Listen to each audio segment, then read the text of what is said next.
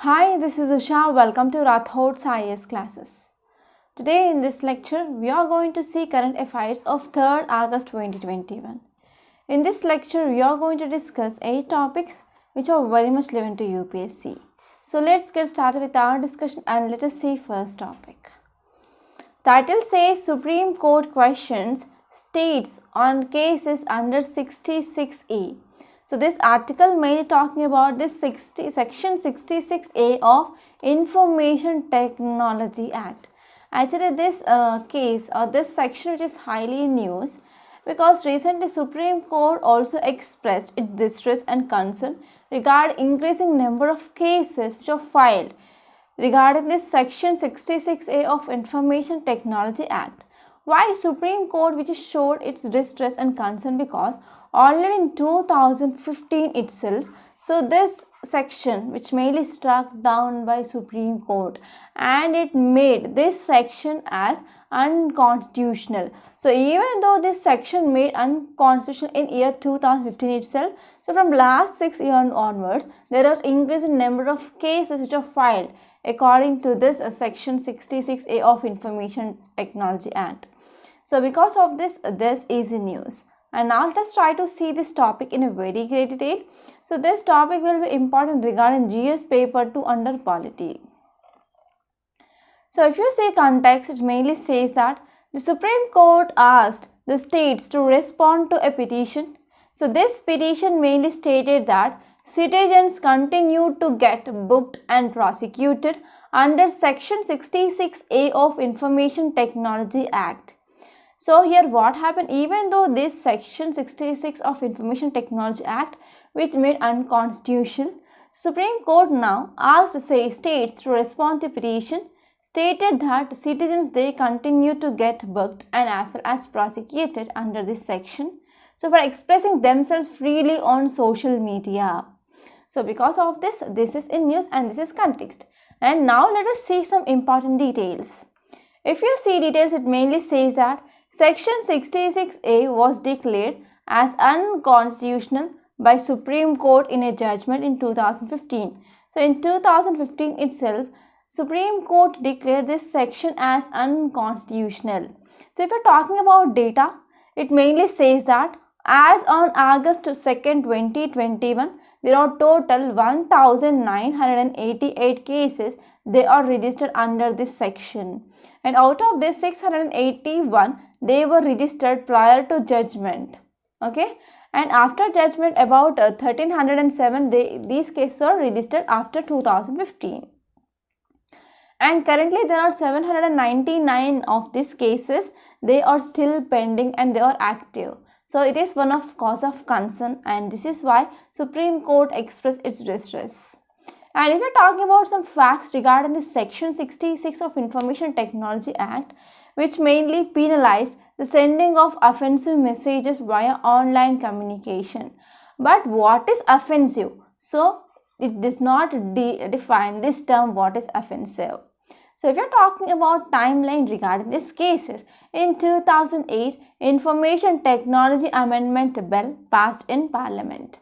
And this act which came into existence from October 2009. So in November 2012, PIL, Public Interest Litigation, filed by Shreya Shingal, challenging the constitutionality of this Section 66A of Information Technology Act. And later on in March 2015, Supreme Court declared that this section 66A of Information Technology Act, which is unconstitutional. In February 2019, Supreme Court directs judgment in Shreya Shingal versus Union of India case 2015 and it sent all the courts in country regarding judgment which is given in this famous case. Okay, so this is about this topic. And now let us move on to next topic. Title says $35 billion July exports 34% higher than pre-COVID level. So this article mainly talking about there is increase in merchandise exports from India. So this data which is saying that. So if you see this graph, you can easily understand from April 2021 to July 2021, there is sharp increase in exports. Okay, so it is April, May, June and July.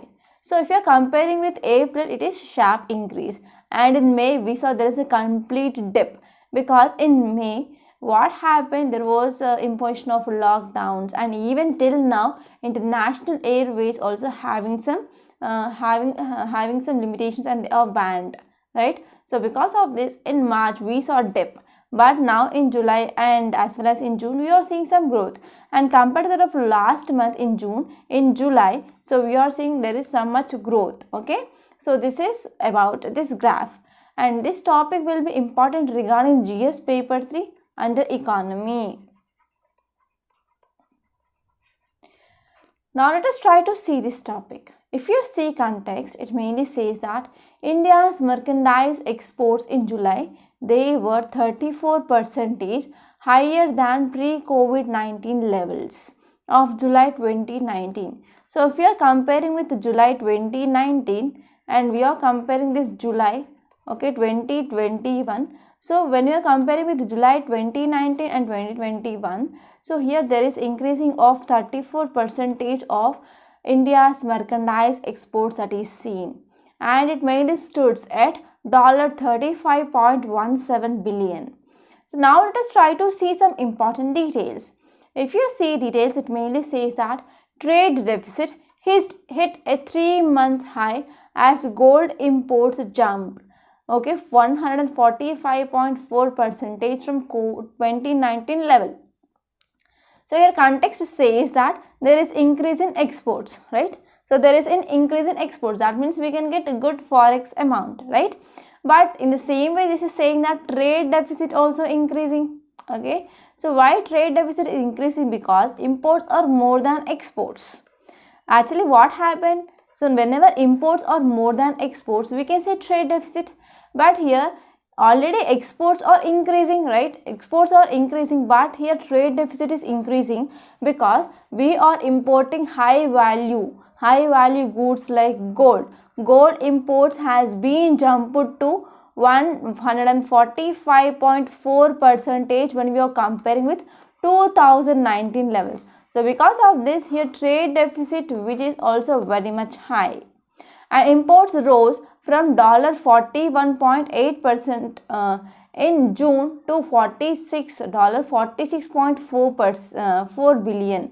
Okay, so actually imports also rose from $41.8 billion to $46.4 billion.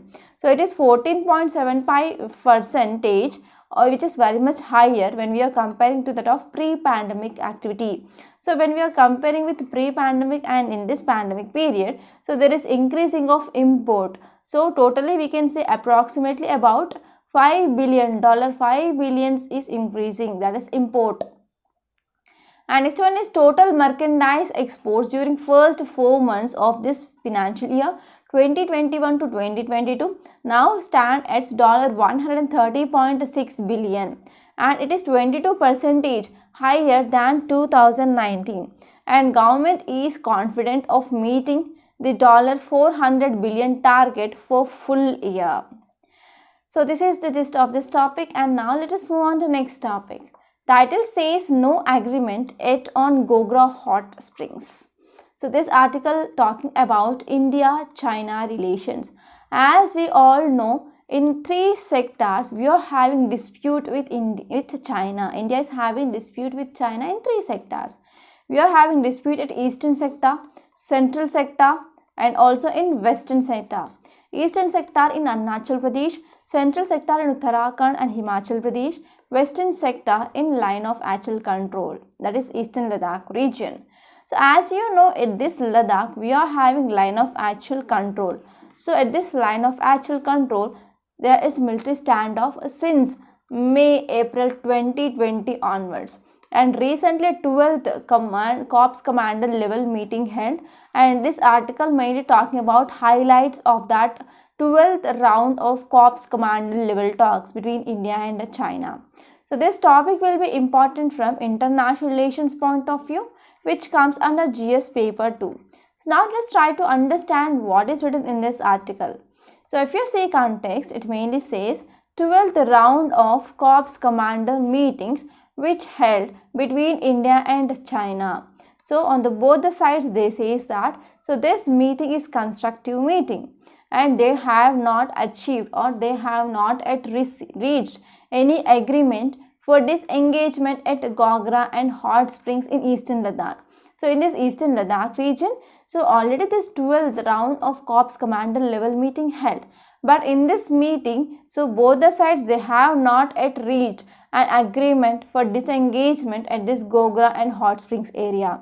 So earlier in February 2021, they came up with one agreement, okay, and they came up with disengagement in this Pong Yang So Lake area.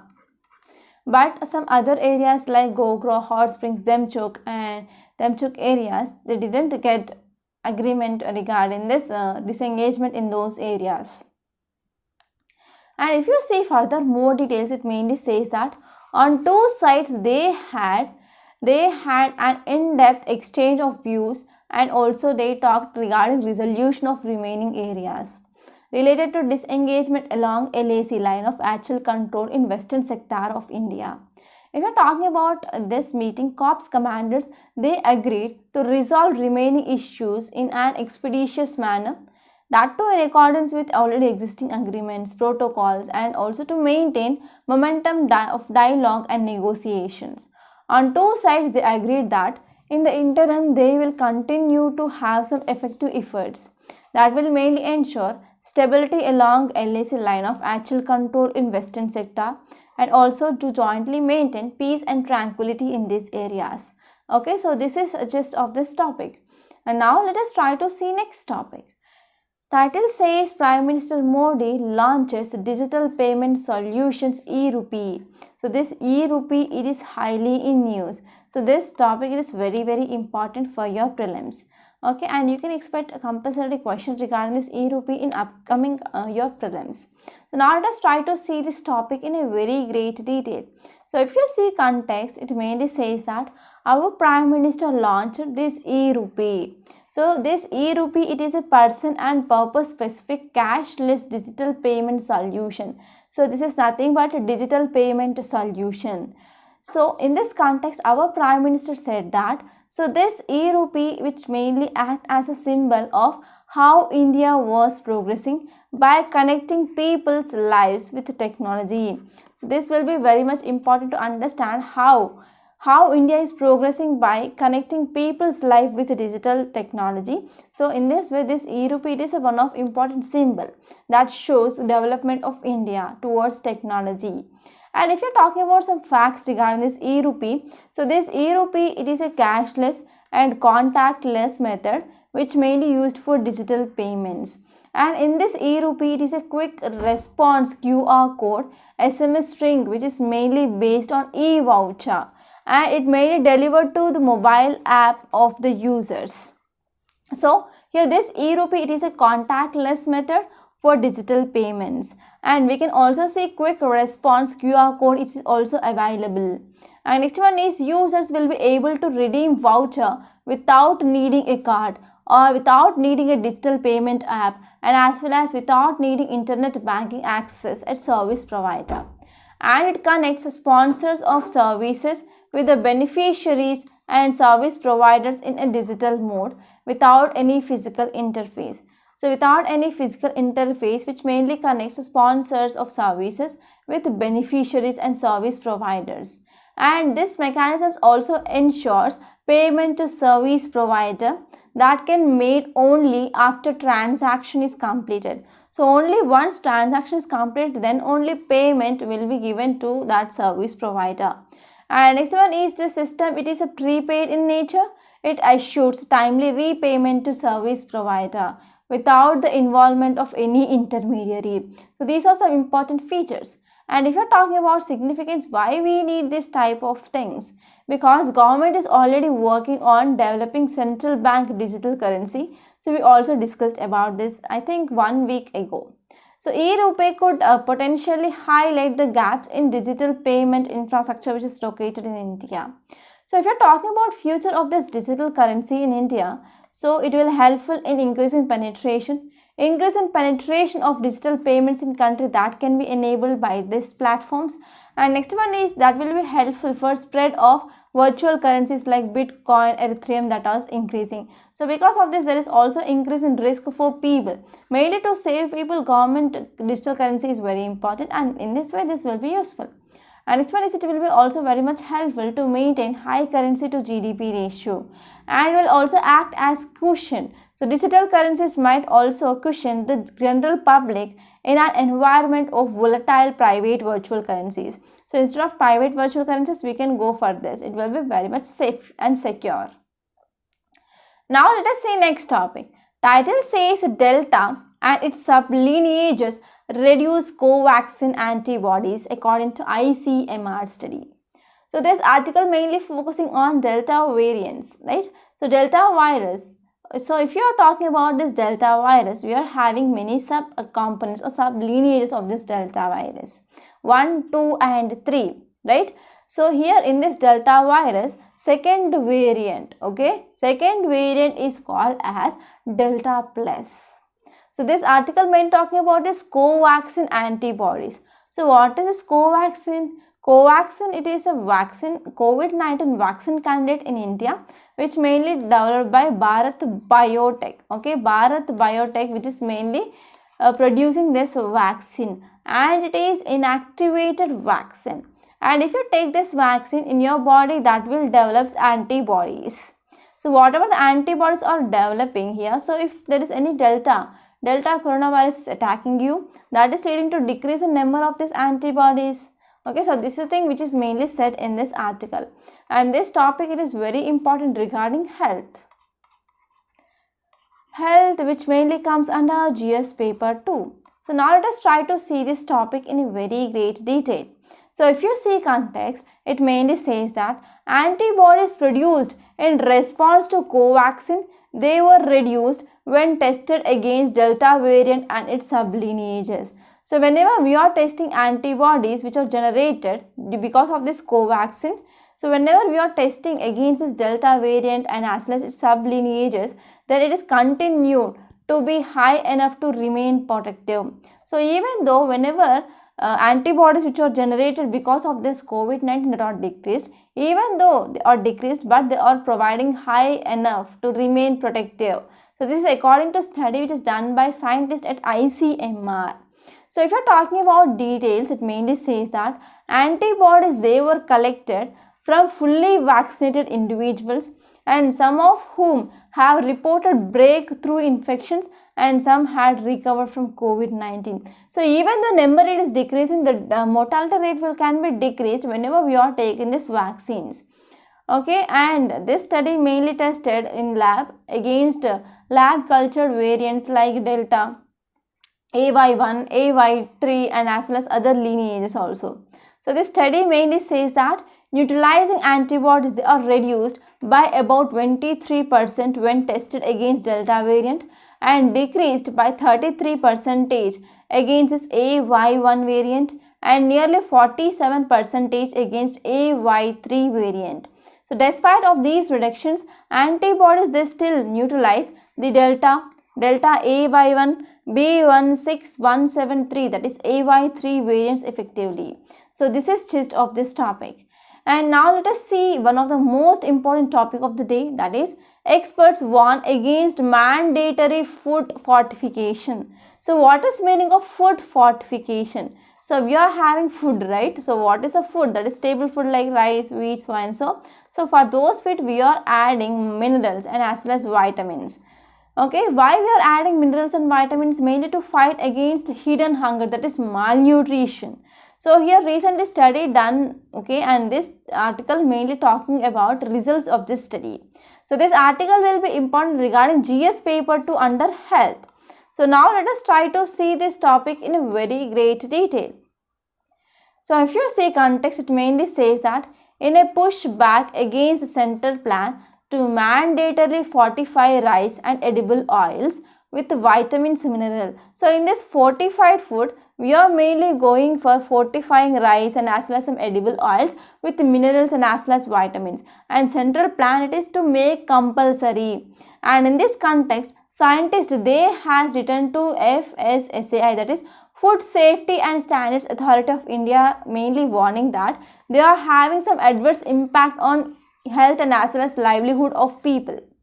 So recently there are multiple studies done, and these shows that dietary diversity and higher protein consumption, which is an important key to solve undernutrition in India, rather than we can go for this food fortification, because this food fortification is also having harmful effects on health of consumers.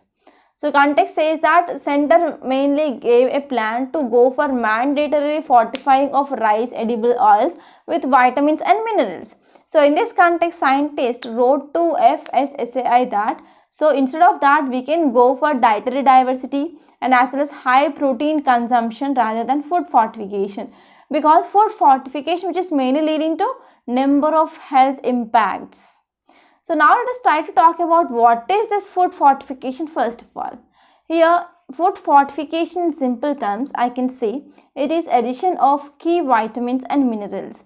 For example, iron, iodine, zinc, vitamins like A and D. So in many oils we can see they are fortified by vitamin A and vitamin D, and even rice which is fortified by iron, and as we know salt which is fortified by iodine, right? So these are mainly called as food fortification. This is mainly seen in staple foods like rice, wheat, oil, milk, salt, etc.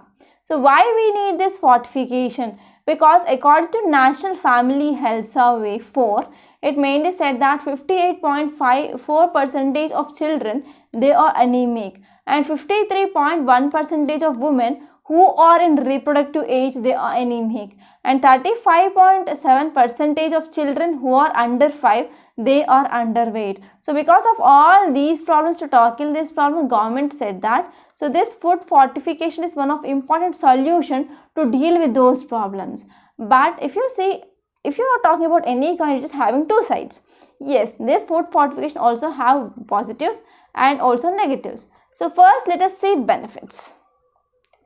If you see benefits, it mainly says that high benefit to cost ratio. So if you are spending 1 rupee on food fortification, you will be getting results or returns by 9 rupees. So whatever the thing you are mainly spending on this food fortification, which is very much low. And second one is there will be no socio-cultural barriers, because there is no need of changing any food habits and as well as patterns of food. Just we are going for adding some minerals and nutrients for this staple food. And next one is there will be no alteration in food characteristics. For example, there will be no change in taste, aroma and texture. And next one is it will be very much helpful for quick implementation. So it will show results in improvement of health in a relatively short period of time than compared to that of anything.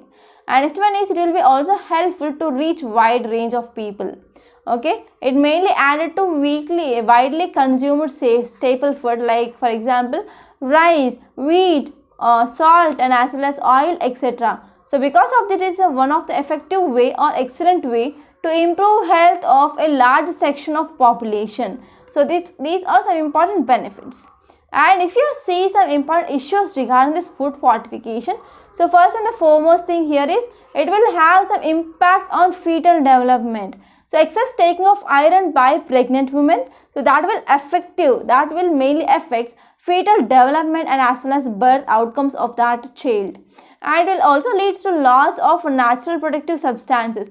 For example, in many plants they are having phytochemicals, polyunsaturated fats, they are affected here. And next one is market driven solution. So whenever there is introduction of this fortified food materials in markets, so here once if you want to ban them, it will be very difficult to withdraw. And next one is impact on small industries. Fortification creates an assured market for multinationals but not for cottage industries or small industries. So because of this, it mainly threatens the lives of small units across India. And next concern here is there will be no direct link between anemia and iron deficiency. So why there is no direct link? Because anemia, it is highly seen among poor children, but in rural areas iron deficiency which is very much less when we are comparing with urban and as well as rich across the country. So because of this we can say anemia and iron deficiency, they are not having any direct link. So this is gist of this topic. And now let us see next topic. Title says PMI, Purchasing Managers Index, hints at manufacturing recovery. So this article mainly focusing on recovery in our secondary sector, that is industries or manufacturing. So this topic will be important regarding GS paper 3 under economy. So now let us try to see this topic in a very great detail. So if you see context first, it mainly says that India's manufacturing sector stopped shedding businesses for first time in 16 months in July. So for the first time they are mainly stopped to shedding jobs, and also in this context we can say that this manufacturing sector rebounded from June's sharp contraction to post its best performance in 3 months. Okay, so if you're talking about details here, so this PMI which mainly slipped into contraction for the first time in 11 months, and 48.1% in June, which recovered to 55.3% with marginal increase in employment opportunities. So these are some important details which are given. And now let us try to focus on some important facts regarding this Purchasing Managers Index. So this Purchasing Manager Index, which is an indicator of business activities, for example manufacturers and as well as services. So if you're talking about calculation, so it is a survey based measure which asks respondents about changes in their perception about key business variables as compared to that of previous month. So it is one of a survey based things. So in this survey we are mainly ask respondents whether there is any change in their perception about key business variables when we are comparing with the last month or not. And if you are talking about value of this index, it will ranges from 0 to 100. So if the value which is more than 50 means we can say there is expansion in our economic activities, which is decrease, which is less than 50 means there will be contraction in our economic activities, and if it is equal to 50, that means there will be no change. So this is the gist of this topic. And now let us see next topic. So before saying this, I want to make a small announcement on this platform. If you want to clear UPSC 2022, we came up with one excellent, highly beneficial and also highly economical course, that is Current Affairs package along with mains answer writing practice.